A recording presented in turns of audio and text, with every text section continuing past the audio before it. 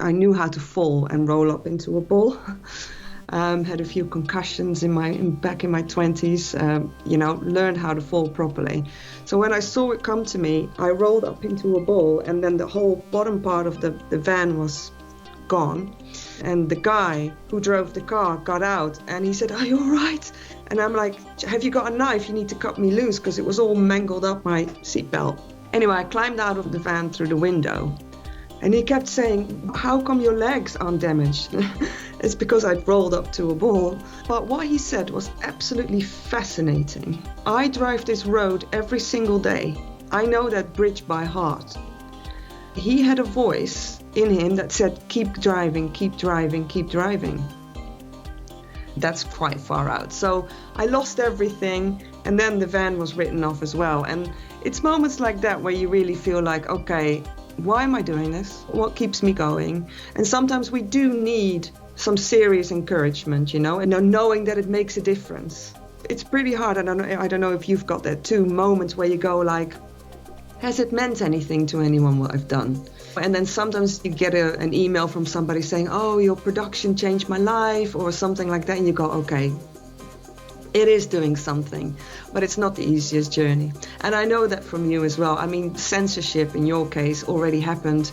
You were the first ones to be totally censored. I remember your entire YouTube channel with all your work being removed after you criticized John Key. I was just like, okay, well, I'm a guy with heaps of content and no place to put it and no audience.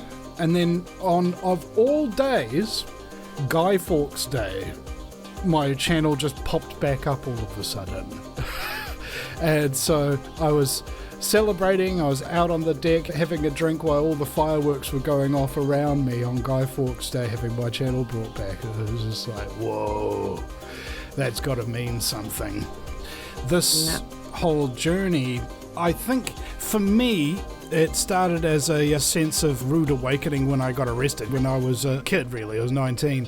I trusted police and confessed everything to them and was very honest with them.